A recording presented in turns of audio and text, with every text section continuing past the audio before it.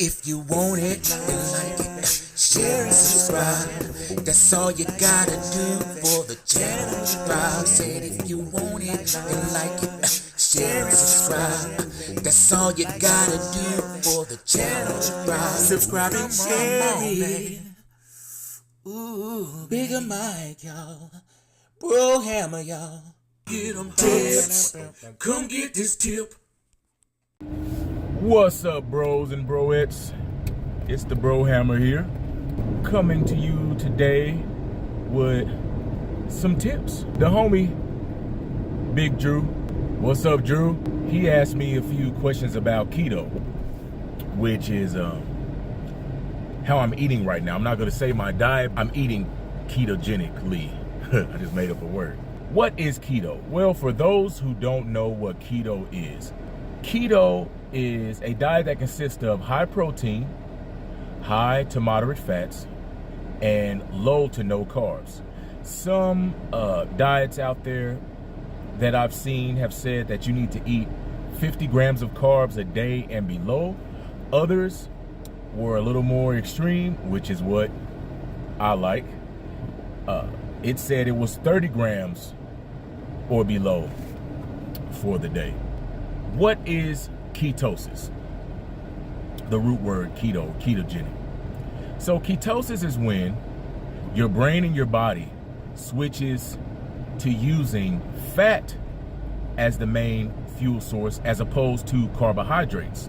And the way to kick your brain and your body into using fats for energy is to remove carbohydrates or dramatically deplete them from your diet. The reason why keto is an effective tool in one's weight loss journey, or maybe you're trying to get ripped, like my nephew Donnell can say, hey Donnell, hey bro. If you're trying to get ripped, like me and Donnell are trying to get ripped, keto is the healthiest, the safest, and most effective way for one to lose fat. That is why the ketogenic diet is so popular, and it is sustainable. It's not a fad diet. It's something that you can do for an extended period of time. That's keto. So you have your high protein, high to moderate fats, low to no carbs. That doesn't mean you can just eat meat and cheese and avocados. You need to have in some leafy green vegetables, spinach, kale, you can have asparagus, vegetables that are low in carbs, which are mostly the leafy greens. You definitely want to keep those in your diet because that keeps everything moving, if you know what I'm saying. And most importantly, with anything, drink water. You have to drink a lot of water. None of this 64 ounces stuff, unless you weigh 64 pounds. No, I want you drinking at least a gallon of water a day. Now, you don't have to try to do it all at one time, but at least work yourself up to it. Give yourself maybe a week to work up to it. But get in a gallon a day of water. That keeps everything moving in the system. That keeps excess water flushed off of your body. But Michael, if I drink water all day, I'm gonna be peeing all night, going back and forth to the bathroom, waking up out my sleep. Well, look at it as extra cardio, cause you need it anyway. For those who say that a gallon of water a day or more, like for us big boys, what's up, Drew? JD, everybody over 225, we need to drink a gallon and a half to 2 gallons a day. I would say I try to get in 2 gallons a day. But for those people that say that a gallon is too much, or they don't like drinking a lot of water because they have to go to the bathroom a lot, look, man, woman, if your pee ain't clear by 10, you need to try again. No, seriously, you should start drinking water as soon as you get up. Like I've showed you in the Meals and Training Volume 4. The first thing I do when I get up in the morning, besides brushing my teeth, washing my face, I take care of my hygiene first and foremost, okay? Just for those who Thought maybe I didn't. I walk to the kitchen. I get my big Dallas Cowboy cup, fill it with some water, sometimes a little ice and water. Take a shot of apple cider vinegar. They say you're supposed to take a tablespoon, I believe. I just take a swig of it. I'm probably taking like 2 tablespoons. I don't know. I'm big, so I double up on everything. I'm a big boy. We double up. Take a swig of apple cider vinegar, and I drink my water. Now, that water, that cup that I had, the Cowboy cup, I believe it's about 28 ounces. So I'm drinking about 24 to 28 ounces as soon as I get up in the morning. That gets everything flowing, and that gets everything going. I also have a nice big cup of coffee, and that really gets everything moving. So as soon as you wake up, you drink your water. Then you're drinking water throughout the day.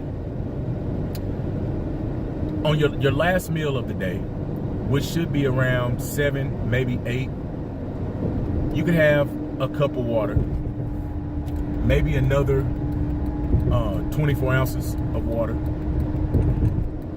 and that's it for the rest of the day. Maybe you just sip a little water here and there, but you definitely don't want to be drinking a big cup of water right before you lay down and go to sleep, because you will be getting up and going to the bathroom all night. So, just like you stop eating at a certain time, after 8 o'clock, I would say, you don't want to eat something right before you go to sleep. I know for me personally, I'll get acid reflux, so I'll be hitting stuff in my sleep. It's the same thing with water. Just slow down your water intake. After or right before your last meal, just slow it on down. Bring it on down, and you will be fine. Now, another question that the homie Drew had was, how often do I personally have a carb meal while doing the keto diet? Now, see, something that's very interesting is that the adaptive principle, or the principle of adaptation, that applies to not only your working out, but it also applies to your diet. So the carb meal isn't just for, or some people may call it a cheat meal, it's not just for you to get a mental break. It's also to shock your body. Because what can happen over a period of time is your body can get used to it, and it won't be as effective as it was in the beginning, burning fat later on in the process. The principle of adaptation, basically. So what the carb meal does is it just kind of, shocks your body a little bit. It's like, hey, what's this? And then you just go back to the keto style of eating. Some people will do a whole day of carb meals. I'm not gonna lie, I have been one of those people a couple of times, but I feel like that it's best to not go too overboard and just have one meal with your carbs in it, just as a reload or recarb type of meal. That way you don't throw your body completely out of ketosis, if that's even, a scientific fact. But that's what I heard Dave Palumbo say, and he's like a bro scientist. So I'm gonna go with what Dave said. If you're just starting keto, this is your first time doing keto, what I suggest you do, and this is what I did for the first 3 weeks, I did not have a carb meal. The reason that I did that is I saw Terry Crews talking about how he learned that if you do anything for 21 days straight, it becomes habit. So I said, okay, I like that. Sounds like a good idea. Let me try it with keto. And that's what I did. So I went 3 weeks straight, 21 days without one carb meal. In that 21 days, I dropped 27 pounds. I mean, my face shrunk up, jeans got baggy, shirts got a little looser. And then when I had my one carb meal for the week, on a Saturday or a Sunday. It just depends on, you know, which day I like to have it on. It was easy for me to just to go back to eating keto or eating in the keto style. It was easy to go back to that. So I suggest, you know, at least give it 2 weeks straight of keto when you first start.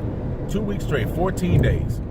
It usually takes your body, they say 7 to 14 days to switch to using fats as the main fuel source.